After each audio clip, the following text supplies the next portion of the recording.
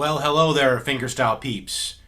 I know it's been a few weeks since I've posted anything, and for whatever excuse I have for that, well, I do have kind of an excuse. It's just been stuff, life stuff. I've been on the road a little bit, and I'm currently getting extra electronics installed in my guitar, my new Emerald guitar. So and just stuff, life work stuff got in the way, and in the past few weeks I just haven't posted anything. But in this video, I want to talk about something really cool, and I think you might enjoy this. In the past few weeks ago, in the middle of September, I went out to Winfield, Kansas, to the Walnut Valley Festival, and the Walnut Valley Festival fingerstyle guitar competition. And it's the first time I had entered that in about 20 years. And I just want to talk about the festival, just give people an overview of what the festival is about, what people mean when they say Winfield, Kansas, or Walnut Valley Festival. It's referable by both titles, Walnut Valley Festival or Winfield. I prefer just to call it Winfield because it's one word, it's easier. But all of that being said, I want to get into kind of the details of why I went and why I'm definitely going back. I made a video about a year ago on this channel that said, I think the title of it was "Why I Hate Guitar Contests." And in that video, I kind of laid out why I'm not into, or at least not back then I wasn't, why I was not into guitar contests, and why I thought, for the most part, they just kind of turned me off. I wasn't trying to slag them or slag people who entered them, or saying that they have no purpose. I explained why it wasn't my thing at the time. But just to reiterate, I've been in several contests over the past couple of decades. Some I've done very well in, some I haven't. The Winfield competition and the Canadian Guitar Fest, where you sit in front of a microphone and the judges are sequestered off in like a separate trailer. They only hear you, they don't see you. And come to find out, that's actually a good thing, not a bad thing. I used to think it was a bad thing, but I've learned a lot. I've had to rethink a lot of things about Winfield and about the guitar competitions and contests. Obviously, there are probably many guitar competitions that I still wouldn't enter, but rethinking things, and through the years I've realized that entering a contest, any contest, is really a competition with yourself. Why do you do it? Why do we do this? Is it about winning? Not really. Not really. I mean, if you happen to win, that's great. If you happen to place second or third, that's great. And the people, it does mean, I'm not saying that's meaningless. It does mean something if you win, and it does mean something if you place or make the finals. That's meaningful. But it's not meaningful in just the shallow sense, like, look at me, I'm the best. It doesn't mean you're the best, but it does mean something, and I want to get to that here in a bit. But the last time I went out to Winfield was 20 years ago. And for those of you who do not know what Winfield is, it is the biggest, probably, or one of the biggest, I'll say one of the biggest bluegrass festivals and folk music festivals in the United States. It is well documented. I think there's even a book out called about Winfield, about how it got started and all that. The festival takes place in Winfield, Kansas, which is the southeast part of Kansas, every September, and about the second or third week in September. And when the weather is just starting to kind of cool down just a bit, although it can still be hot some days. I'm not going to lie about that. It's this huge fairgrounds there in Winfield, Kansas, and the campgrounds just go on for acres. It's amazing. People from all over the world come there. They have people from Iceland. They have people from Japan. People from the Netherlands. All kinds of people come out. The performers. Some of them are very famous. Some of them are not. I mean, I remember the first time I went to Winfield was 20 years ago. I was like 25 years old, something like that. I went out with a friend of mine. We drove out together, and we didn't camp out. We stayed in a hotel, and which is what I did this time. I'm too old to camp out, I think. Uh, Whatever that means. There's obviously many people who are uh, elderly people like 80s or 90s who camp out, still camp out. So that's besides the point. Don't get off track here. I went out with a friend of mine, and we both competed in the International Fingerstyle Contest there at Winfield. And I was disappointed with the way I played. Obviously, I wasn't prepared. I thought, oh well, it couldn't be that much harder than an open mic. And I was in for a very rude awakening. In fact, if anybody who thinks that, they are in for a very rude awakening. And prepare to get your ass kicked if that's what you think. That it's just some little open mic. This is one of the world's finest, most renowned fingerstyle guitar contests. This is probably one of the hardest competitions to be in, one of the most intimidating, and one of the most intense competitions there is in the United States, if not the world, because people come from all over the world to enter this thing. And they also have the flat picking competition, the mandolin competition, the fiddle competition, the singer-songwriter competition. They have all these competitions, but the fingerstyle competition is one of the most intense out of all the competitions there at Winfield. And I was, like I said, 20 years ago, I was ill prepared. I didn't know what it took to really get up on that stage and play with ease.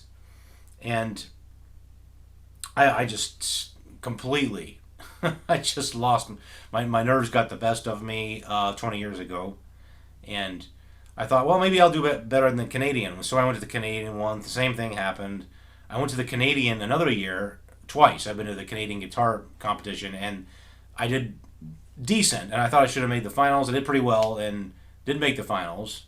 And there were people that made the finals I didn't think should make the finals, and that's kind of when I started getting into kind of this negative feelings about guitar competitions, about how I thought they were judged unfairly.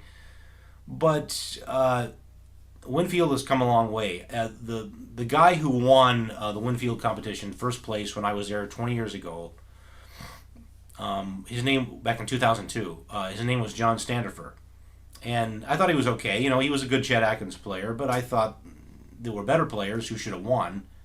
But he was pretty darn good. Maybe the judges heard something that I didn't hear. Obviously, I don't have a judge's ear when it comes to that kind of thing. But I think the guy who won second was Phil Volan from Colorado, and the guy who won third was Bob Evans, not to be confused with the restaurant. Okay, so those three, Bob Evans, Phil Volan, and John Standifer, won second, third place that year, or second, third, and first place. And they were all great players, but they were all kind of Chet Atkins players, and I thought, well, maybe that's just the style of the festival. And I'm not a Chet Atkins type of player. I'm more of a modern, percussive kind of guy. So rock and roll kind of guy. So I kind of left the festival kind of disappointed. I thought, well, maybe this just isn't my thing. Now, don't get me wrong. There were a couple of cool things that happened the first time around. Back in 2002, when I was at Winfield's, my friend Eric Loy, who's a fingerstyle guitarist from Dayton, Ohio, we went to Winfield. We were warming up, kind of getting ready to go to the place where you warm up and get your number, and you pick the number from out of a hat and all that. We were getting ready to go to that area, and my friend Eric said, "Just a second, let me introduce you to a friend of mine." So he goes behind the stage there or whatever, and there was this guy with long hair, kind of clean, kind of a perm-looking long hair, kind of about down to here. He was a young guy like me. He was like in his early 20s at the time. Eric said, I'd like to introduce you to my friend Andy. He has an album out called Nocturne. Well, it turns out that guy was Andy McKee. No one had ever heard of Andy at that point. He was just the guy with long hair and backstage at Winfield. And I think the year before he had won like third place, but I don't think he's ever won first. Doesn't have to now, does he? But that was a cool moment. I got a copy of Andy's album Nocturne at the time, which was his very first album, which had drifting on it, but he didn't play it the same way. It wasn't as good. I heard the entire album. Like, yeah, this guy is going to go somewhere. He's really good. Little did I know. But that was a cool moment to kind of see Andy in his prime, where nobody knew who he was. He was just another one of the players there at Winfield. So, and he didn't in that particular year. He didn't make the finals or anything. But like I said, the rest is history there, obviously. But what I eventually learned was Winfield isn't a competition really with other players. As you quickly find out, it's a competition with yourself. Why do people keep coming back? And I think it's a fascination to see how well they can do under pressure. It really strengthens your performance chops. If you can sit in front of a microphone and you unplug all you have is your guitar. The judges want to see what you can do with one guitar, no effects. All the advantages are stripped away from you. Okay, at that point, they want to see what you can do, and that's really where the real talent is. That's where it shines. If you can play under pressure, the there was a guy. Several famous players have won Winfield. Muriel Anderson back in the '80s. Muriel Anderson, Harvey Reid, Don Ross has won Winfield twice. He was the first guy to do that until Tim Thompson came along and did it and won it twice just recently. So those players, and then there's guys like Pat Donahue, Rolly Brown, Buster B. Jones, who sadly passed away several years ago, a long time ago. All world famous, finger pickers that have won that contest. Now, winning the contest doesn't get you anything. It doesn't like take your career to the next level or anything. But what it does do is it's good for your resume. But when people see that, if every acoustic organization and venue that specializes in folk music, bluegrass, everybody knows what Winfield is. Everybody knows what that competition is all about. And if they see your name that you won first, especially second or third is good, but first, if you won first, they're going to see that and they're going, that's a reason to take you seriously. So it kind of arms you with a bit of a what am I trying to say? What's the word? Winning Winfield kind of arms you with just a bit of an edge. Like if you're trying to promote yourself to a certain venue, or or if you want a magazine to review your stuff, or to get good reviews, if they see you won Winfield, that may make them take a second look at you. Whereas if you didn't win it, they'd just forget about it, just another guitar player. But he won Winfield. Well, we got to check into this guy, don't we? So that right there is kind of gives you an edge as far as promoting yourself. So that's what it does do for you. Whether or not your career is going to take off, probably not. Maybe you'll get a few gigs out of it. Maybe you won't. But that's the one thing I think it guarantees you. It arms you with a kind of people look at you differently than they would look at you if you didn't win it. That's just human nature. It doesn't mean you're the best. It doesn't mean that you're. It just means you happen to play the best, make the fewest mistakes that year. That's kind of what it means. But it means that you're really dedicated. You're really, really good and passionate, and you can really play. And that's what it proves. So it does mean something. Doesn't mean you're the best, but it does mean something. So yeah, winning Winfield is meaningful in its own way. But what's the most meaningful, even beyond that, is if you can get to the place where you can relax in front of that microphone and play consistently every time, then you've really won. You've really won the competition with yourself. And I think that's why so many people keep coming back. It's kind of like an addiction. They just get enthralled by this experience that, if you can play in front of all these judges and play in front of all these other great players, and let me tell you, the players are intimidating. This contest is not for beginners. It's just not. If you're a beginner and you want to be in this competition, fine. Just up front, I'm telling you what you're in for. World-class players. And they're all backstage acting nervous, like they're, I'm so nervous. And then they act like they're not very good. And once they get on stage, they'll blow you away. It kind of gives you the illusion, this guy's too nervous, he's not going to do any good. And then he gets on stage and completely shatters that illusion for you. So that's what you're in for. The girl who won this year, I think she was from Japan. Her name was Momo Fumira, and she was just dynamite. She was a dynamo on stage.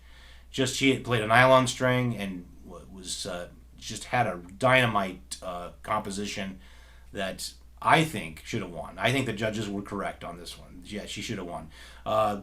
Second place, what was his name? Oh yeah, Adam Cantor from Houston, originally from my state, Indiana.